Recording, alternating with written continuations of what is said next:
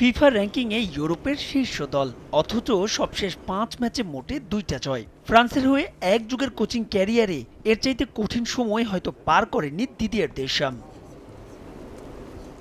অনুশীলনে তাদের গ্রুম পায় দলের সেরা তারকা এমবাপ্পের মুখে চওড়া হাসি, হয়তো ভেতরে অস্বস্তি। ক্লাব পাল্টে রীতিমতো ফর্মের কাটতি। চলতি বছর ব্লুজ জার্সিতে মোটে ২ গোল। সবশেষ ইতালি ম্যাচ চোখে আঙুল দিয়ে দেখিয়েছে ফরাসিদের ভঙ্গুর রক্ষণ। বেলজিয়ামের বিপক্ষে এই স্লটেও অপেক্ষা করছে কঠিন চ্যালেঞ্জ। একাদশ নিয়েও তাই কঠিন সিদ্ধান্তই নিচ্ছেন দেশাম। রাবিয়ট, বেঞ্জামিন প্যাভার্ট, মার্কাস থুরাম, কুলুমুয়ানি সবার জায়গাই হচ্ছে সাইড বেঞ্চে। নিজের অভিষেক ম্যাচেই কোচের গুড বুকে জায়গা করে নিয়েছেন বায়ার্ন উইঙ্গার মিকেল ওলিস। থাকছেন এ ম্যাচেও স্টার্টিং লাইন আপেই। এমবাপ্পে আমাদের অন্যতম সেরা তারকা।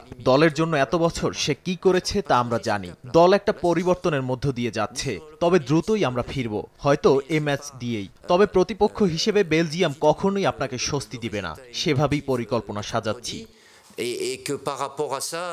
অন্যদিকে স্বস্তি নেই বেলজিয়াম শিবিরেও। একে তো ফরাসিদের বিপক্ষে ম্লান ফর্মের ইতিহাস, সঙ্গে যোগ হয়েছে সাসপেনশন আর ইনজুরি।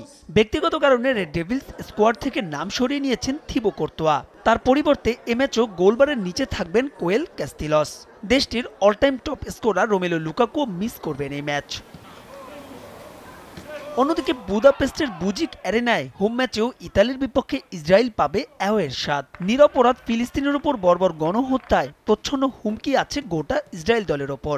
সঙ্গে যোগ হবে ডিমার্কো ফ্রেত্তেওসি, রাজ পাদুরির সাঁড়াশি আক্রমণ।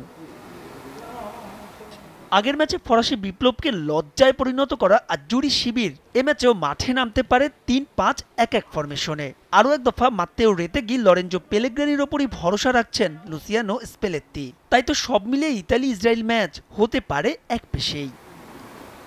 মাহবুব রিমন, সময় সংবাদ।